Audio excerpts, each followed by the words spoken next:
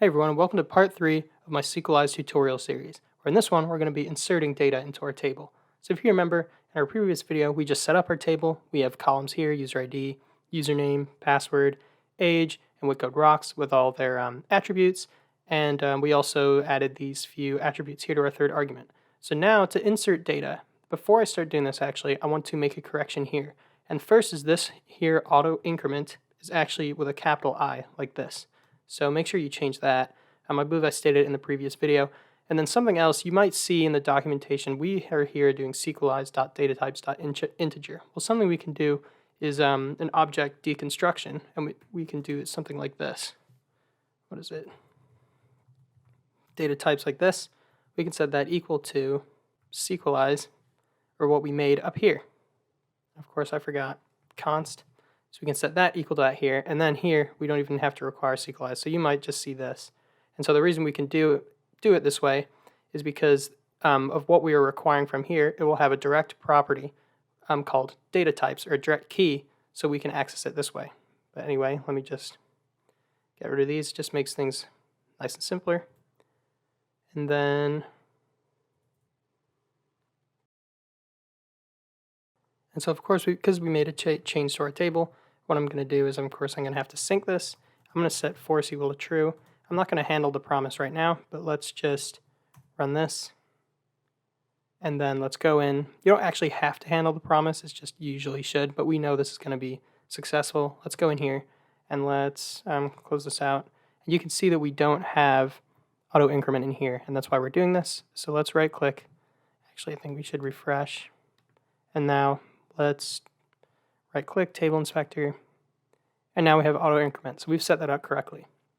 Let's go back in here, and now I'm going to change this now to alter, and something I'm going to be doing throughout this series is I'm going to now be keeping this. This will always be wrapped in a promise, or we'll always be handling this promise right here, user.sync, because I'm probably going to be making quite a bit of changes to this table. So then what I'm going to be doing is every time this program will be run, it'll make sure that this table is updated here, and then we work with our updated table. So technically in here is how we're going to be, I'll just say, working with our updated table, because essentially that's why I'm going to be having this. So it'll update it, and then we can insert our users and everything like that. But so now let's start inserting data into the table in our database. We have set it up in MySQL Workbench, but we haven't actually added any data or rows to our table. And to add data, we use a method called build on our model. So our model is called user. I'm going to do user.build. And then what we then pass this function is what we want to be added to each column. So for the columns we have are user ID, username, so these columns up here, username, password, age, and what code rocks. However, if you remember, right here, user ID is set to auto increment, so we don't actually have to pass or need to explicitly pass a value. And same with the default values here, but you'll see this more later. But so say we want to insert a user where their username is witcode, their password is 123, their age is 25, because remember this is an integer, and then let's also set witcode rocks equal to true, and then this method here actually just returns an object. So we can do const user equal to user.build. And now as this returns an object, we can of course access the properties. So let's do log user.username, and let's see what we get. So if I run this, you can see we get witcode. And same if, say, I wanted to log user.password, we would get 123. So we can access our properties that way. And so also this method here, user.build, does not actually communicate with our database. You can tell because this isn't even asynchronous, basically meaning it's completed right away, when if it was being inserted into a database, you could imagine it taking a bit of time. So the build method is basically just used to build an object to represent the data that can be inserted into the table in our database. To actually save this record to our table in MySQL Workbench, we need to use the save method. So let me get rid of these here. And then if we run user.save, this method here will actually save this user into our database. And then also note that this method is actually asynchronous. So what I'm going to do is to keep the promise chain going, you're going to return this. And then here, we're actually going to do another dot then. And then from that, we will handle an error. If there's an error in here, if there's an error in here, it'll still be caught with the same catch block.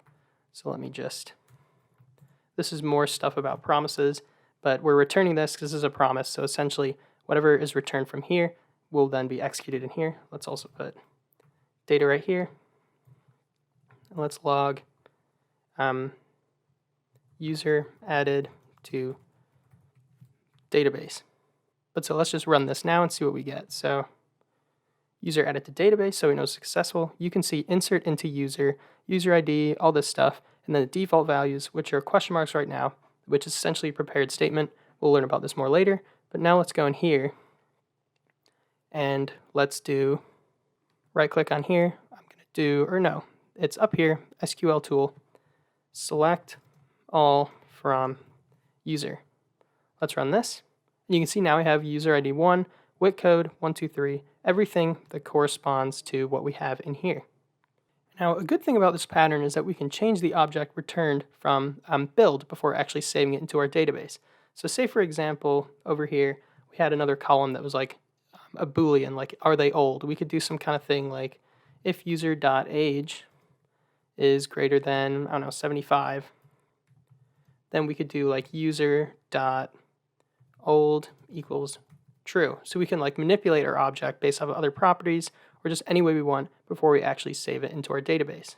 So let me show you this actually real quick. Let's just say I just do user.username equals soccer like this, and then we save this. Let's see what happens. So user added to database. Let's go in here. We can just run the same SQL statement. Make sure that also we're interacting with this here Sequelize video. Make sure that this is highlighted. If I ran this on, say, another one of these, this would return different results. So I'm going to do this. Now you can see we have soccer instead of WIT code.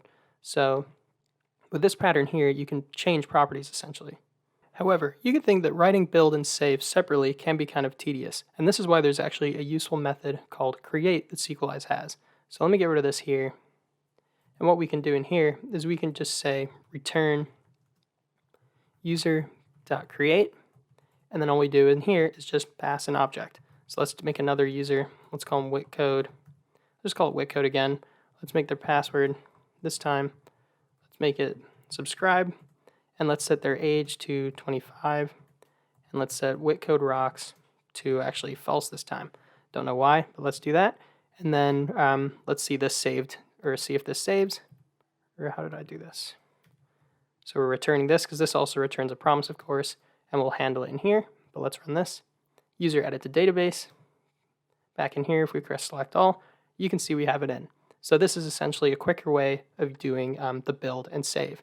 And now what I want to show you next is also, so I pass this data into this promise if it is successful. So let's log it and see what it looks like.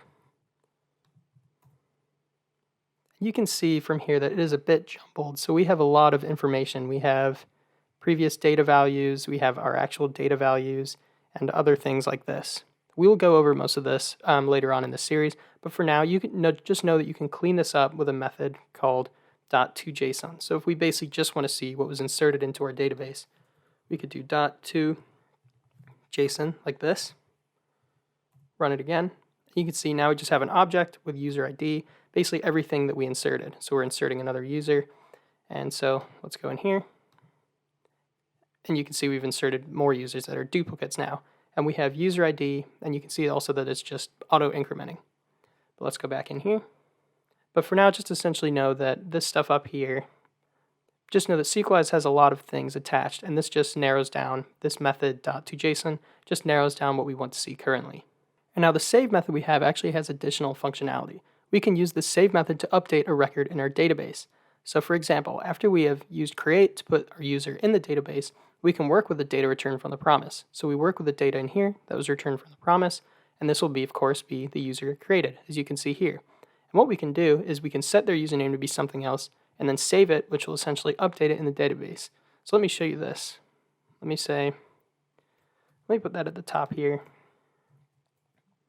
Bring this up, and then instead of logging this out, I'm going to say return. Or actually, first, let's change the property. So let's do data, because remember, this is essentially the object return that we created up here. And let's do data.username equals pizza this time. And now we're going to return data.save. And then, of course, because we're returning a promise, we need to handle this. So let's do another dot then. And bring our catch block up here. And then we can log in here, user updated, like this. And then let's also just log our data. So log data. So I'm going to run this, see what happens. So you can see we get user updated. So we've added to the database. Let's see, we were originally adding WIT code, but we changed the name to pizza and then use save to update. Let's see what it looks like inside. So if I click on this, you can see we get pizza as the username. And then once again, you can see we got all that extra information from Sequelize. So if we just do .json like this, it'll return as this. You can see we have pizza as the username. And now we can also delete the user that we have inserted by using the method destroy. So I'm not sure why you'd want to do this, but maybe there was some kind of bad spelling or something you didn't like. We could just delete the user. And this is done actually by use data, or the user that you inserted, and then .destroy. And so instead of user updated, let's say user, I guess, destroyed. So let's click this here, user destroyed. So then let's go in. Let's see, you can see we don't have number 8 because this would have been user ID 8, but of course, because they were deleted or destroyed, then they won't be in the database. And now another thing we can do is reload the user to how they are currently in the database, or after we've made some modifications, say we actually want to return it back to the original. So a specific example, if we change the username to soccer and the age to 45, so let's go in here, keep that, let's do data.age equal to 45, but then we decided that we actually want the original data. So you remember if we set this and then save it, it'll update the data. But if we want the original data, we could just do data.reload. And this will just return the data, so it'll change data.username and everything back to the original. So you'll see that in here. Let's just do user returned to normal. So let's do this. Let's run it. Oh, you can see it got caught in our catch block down here. This isn't a function, so of course, don't know what I was doing there. Let's change that to reload. And let's run it again.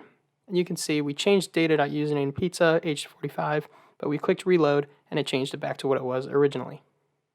And also another thing you can do is actually with the save method. And what you can do is you can pass fields that you actually want saved. So in other words, you don't have to save every single field.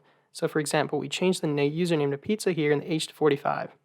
Let's change this back to save and say we just want to keep the age and we don't want to keep the changed username. We can pass in a key called fields. And then we pass it an array of what we want actually to be saved. And if we just say want our age to be saved, we can do this. Change it back to user updated, and let's see what the result is here. So you can see that it actually still logs out username as pizza here and age is 45, but what was actually saved to the database is different. So we do user updated. It should just be, because we said fields age, so only save age.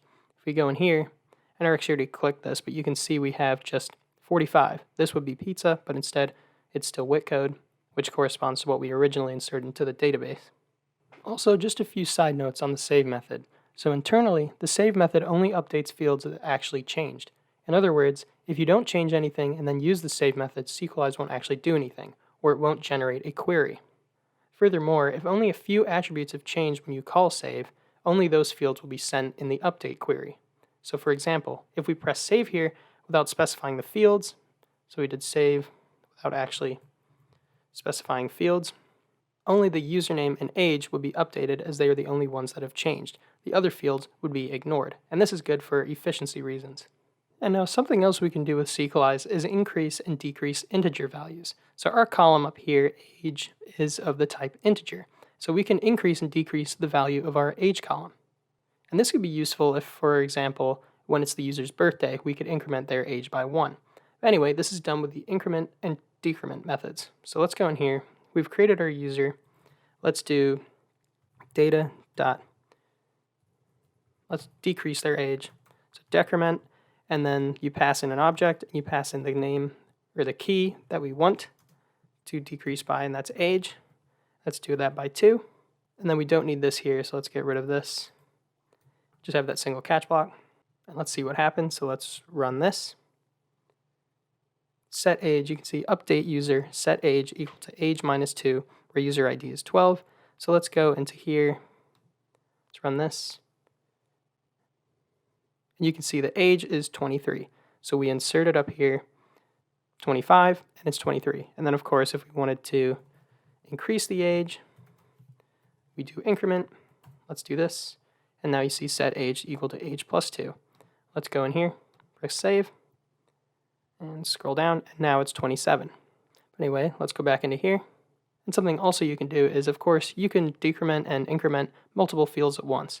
So say we had another column such as height or something, we could just then add another key and do height 3, and that would increase the height by feet 3 or whatever it wants.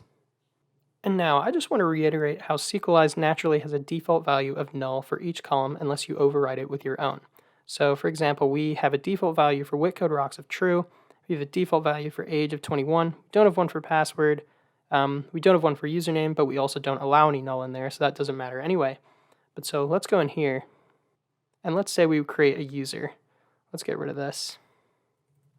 Let's just log data.toJSON, if you can remember, just to see what we want to see. If we remove WitCode rocks, let's get rid of that, and we don't specify, and we run this, you can see we get WitCode rocks to be true. And just show you it in our database, if I press select all, you can see we get WitCode rocks to be 1, which corresponds to true. So let's go in here, and that is because we have default value to be true. And with age, we have 21. So let's also remove age like this. So we're creating a user without an age and without specifying WitCode rocks. And that can see that is 21. So we go in here, press save. This is 21, and this is true. However, if you remember, we did not specify that for password. We don't have a default value. We don't have allow null to be false. So you can put in a false or no password at all, and let's see what happens there. Let's do this. You can now see insert into. We don't have password in here. See what it shows up in our table.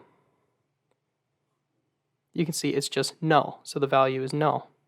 And now the final thing I want to show you in this video is how to create multiple entries at once. And this is done with a function called BulkCreate. So right now we have create. To create multiple users, we do BulkCreate. And the only real difference between this function and the create function is that BulkCreate takes an array of objects as opposed to a single object. So let's insert multiple values into our database. So let's have an array, and it takes an array of objects. So here is our first object, and this is our second object. Kind of messy. I can probably just move this in to make it clear. Actually, get rid of that. So you could see, let's put this down here. It's hard to know how to organize this, but then let's make a username here called Mike. And then let's also specify a age of 31. And let's do a password of, I don't know, 1, 2, 3, 4, 5. And then we have WitCode. We have a lot of those users now. So let's do a Tom. Let's do an age of 25. And let's do a password of pizza soccer, like this. And so let's see what happens now. So we're still returning this. Let's run this. Well, the first thing you can see is data.toJSON is not a function. And this is because BulkCreate just returned a single object, but BulkCreate returns an array of objects, so we can't use data.json directly on the data returned from the promise. But what we can do is loop through it with a for each, and then apply the toJSON method on each element that was actually inserted into the database. So let's do, I don't know if you know the method for each, but essentially it's just going to loop through everything. And what we pass in is, so it creates this array. The element, when we first loop through, will be this. And then when we loop through a second time, it'll be this one here. But so for each element, each time we loop through, let's log element.toJSON. So this should be correct. So did I forget? Just put that there. So let's run this. And now you can actually see we get a correct output. So this is our first object, or our first element for the first iteration. And then this one here is our second object for the second iteration. And now let's check inside our database, see what happened. And you can see, of course, it was inserted the first time. So even though we got that error, that was just because we were logging something down here. That didn't actually impact our data getting inserted. So we have 2 entries now, Tom, Mike, Tom, Mike. And so, of course, we can add another user. So say we want to do username. Let's just leave everything else blank, but let's do Freddie. And let's run this. And now you can see we get these here with username Freddie. And now we should have 3 more users. So let's go to the bottom here. Yep, you can see we have the default values and everything. Null for password, of course, we have no default value there. But one thing I want to mention is you should be careful using BulkCreate because it does not run validations on each object that is going to be created. And what I mean by this is, say we have a limit on the amount of characters allowed for our username in our table definition. So this is something we're going to be learning more about later. But let's say we can have validations. I'm going to do a whole video on this, so don't worry. But we have validate, which will basically, what we're inserting here has to pass this to be allowed. And something we could do is it has to have a length of between 4 and 6 characters for the username. I don't know why. That's probably not a good idea for a username, of course. But let's just say it's that way. Well, BulkCreate will ignore this unless we explicitly tell it to apply this validation. So let's apply this. So we have this validation applied. Let's see what happens. Freddie is longer than 6 characters, I believe. We have 1, 2, 3, 4, 5, 6, 7. Yeah, but let's just add, a lot more like this. And then let's insert this. You can see everything was still inserted, even though we are saying that if their user is making a username, it has to be between 4 and 6 characters long. If I was doing this with create, so let's say I was just doing return user.create, and of course now we can only pass 1 object. So this is our object here with this long password. Let's see what happens. And you can see we get an error, a validation error, specifically because the validation length on username failed because this username is too long. And this is just a good example for me to explain while we have this here and running everything within. So we're working with our updated table. Say I changed this or added this in here, and then I ran this solely. So I just did user.create. Our table wouldn't have been updated to have this validation here, so it would have run. So that's just another reason as to good example as to why I'm running this all within this user.sync and altering the table. But anyway, let's go back to our BulkCreate. So we have this here, and we have these users. Let's make these names long too.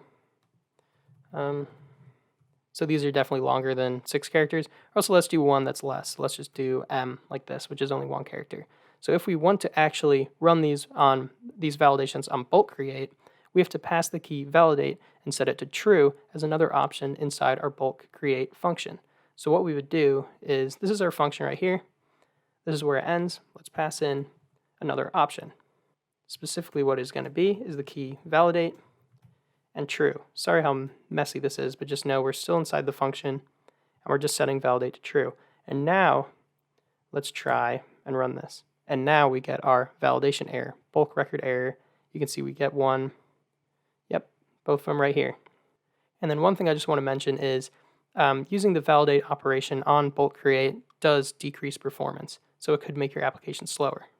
But so this was my video on inserting data in the database. If you have any questions, leave them in the comments. But in the next video, what we're going to be going over is selecting data from our database. So we've been inserting it, and now let's run our own select statements. So I'll see you in the next video. Thank you for watching.